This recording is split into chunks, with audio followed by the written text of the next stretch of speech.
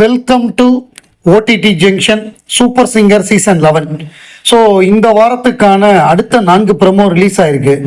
அதில் என்னன்னு பார்த்தோன்னா, முதல்ல பூமணி பாடுறாரு. பூமணிங்கிறவர் கானா பாடல் பாடக்கூடிய ஒரு பாடகர். அவர் என்னன்னா எல்லா ரவுண்ட்லையுமே கானா பாட்டே பாடுறாரு. அவர் சொந்தமாக எழுதி கானா பாட்டே பாடுறாரு, சினிமா பாட்டே பாடுறது இல்லை. இப்போ முத்துக்குமார் ரவுண்டு வந்திருக்கு, சீமான் வெற்றிமாறன்லாம் வந்திருக்காங்க. அதில் அவர் ஏதாவது முத்துக்குமார் பாட்டை பாடுவார், இந்த காம்படிஷனுக்குள்ளே வருவார்னு பார்த்தா அவர் தானாக சொந்தமாக எழுதி முத்துக்குமாரை பற்றி ஒரு பாட்டு எழுதுறாரு.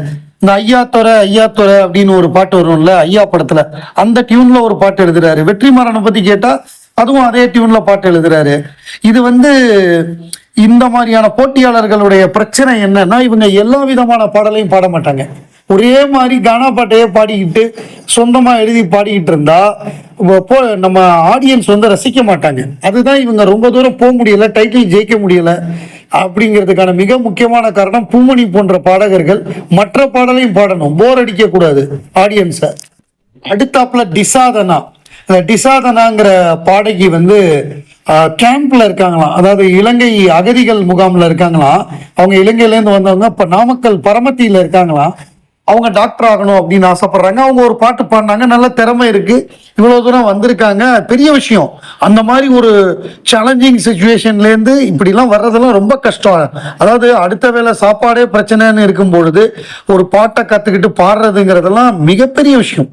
அது எல்லாமே எல்லா வசதியும் இருக்கிறவங்க பாடுறது வேற, இந்த மாதிரி எதுவுமே இல்லாமல் அதை மோதி மேல வர்றதுங்கிறது பெரிய விஷயம். நம்ம மிஷ்கின் எல்லாத்தையும் ஏத்துக்கிறேன்ட்டாரு. அவங்க படிப்புக்கு அவங்க ஃபார்மசி படிக்கிறாங்களா, அவங்களுக்கு டாக்டர் ஆகணும்னு ஆசை, ஆனா அவங்களால படிக்க வைக்க முடியல. அவங்க ஃபார்மசி படிக்கிறாங்களாம், அதுக்கு 1 லட்சம் ரூபாய் என்னமோ கட்டியிருக்காங்க போல் இருக்கு. இன்னுமே இருக்கக்கூடிய ஃபீஸ் எல்லாம் நான் கட்டுறேன்னு மிஷ்கின் சொல்லியிருக்காரு. இது வெறும் மேடை அறிவிப்பா இல்லாம நிஜமாவே கட்டுனா நல்லா இருக்கும்.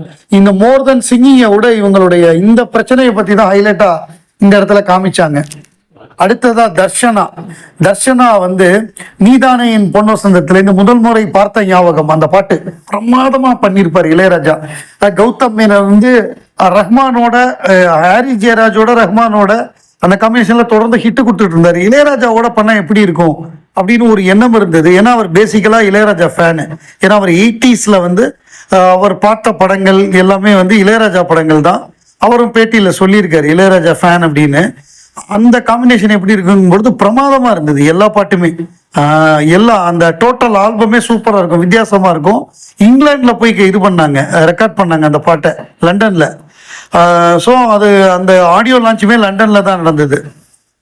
அதுல வரக்கூடிய ஒரு பாடல் முதல் முறை பார்த்த ஞாபகம், ஹை பிச் பாட்டு, NSK ரம்யா பாடியிருப்பாங்கன்னு நினைக்கிறேன். ஸோ அந்த பாட்டை தர்ஷனா பாடினாங்க. அவங்களுக்கு வேற யாருமே கோல்டன் ஷவர் கொடுக்கல போல் இருக்கு, அது லைட்டு போடல போல் இருக்கு. ஒன்லி தமன் மட்டும் தான் கொடுத்தாரு. இது எப்படின்னா 2 கோல்டன் ஷவர் ஜெயிச்சதுக்கான ஒரு ஈக்குவல் அப்படின்னு சொல்லி மாக்காப்பா சொல்றாரு. அவங்க ஒரு மாதிரி அழுகிற மாதிரி இருக்காங்க, ஏன்னா மற்றவங்க எல்லாம் கொடுக்கல போல் இருக்கு. இப்போ இவர் கோவமா சொல்றாரு தமன், இனிமே நீங்க தமன் 2.0 பார்ப்பீங்க அப்படின்னு.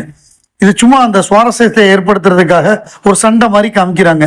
மற்ற போட்டியாளர்கள் உங்க டீம்ல இருந்து வர்றப்ப நான் மார்க் போட மாட்டேன் அப்படின்னு சொல்ற மாதிரியான அர்த்தத்துல அது போயிட்டு இருக்கு, நீயா நானான்னு.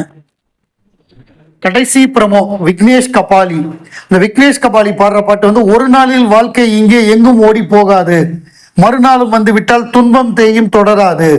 அதான் எத்தனை கோடி கண்ணீர் மண்ணில் விழுந்திருக்கும், எத்தனை கண்ட பின்பும் பூமி இங்கு பூ பூக்கும் அப்படிங்கிறது. எப்படின்னா நேற்றுக்கு ஒரு துன்பம் இருக்குங்கிறதுனால அடுத்த நாள் விடியாம போயிடாது, எவ்வளவு பிரச்சனை வந்தாலுமே இங்க ஒரு பூ பூக்கும்னு சொல்லி அந்த பாட்டை எழுதியிருப்பார். ஒரு நம்பிக்கை கொடுக்குற மாதிரியான, இருட்டினிலே நீ நடக்கையில் உன் நிழலும் உன்னை விட்டு விலகிடும், நீ மட்டும்தான் இந்த உலகத்திலே உனக்கு துணை என்று விளங்கிடும் அப்படிங்கிற வரியெல்லாம் இருக்கும். அதுல முத்துக்குமார் பிரமாதமா எழுதியிருப்பாரு.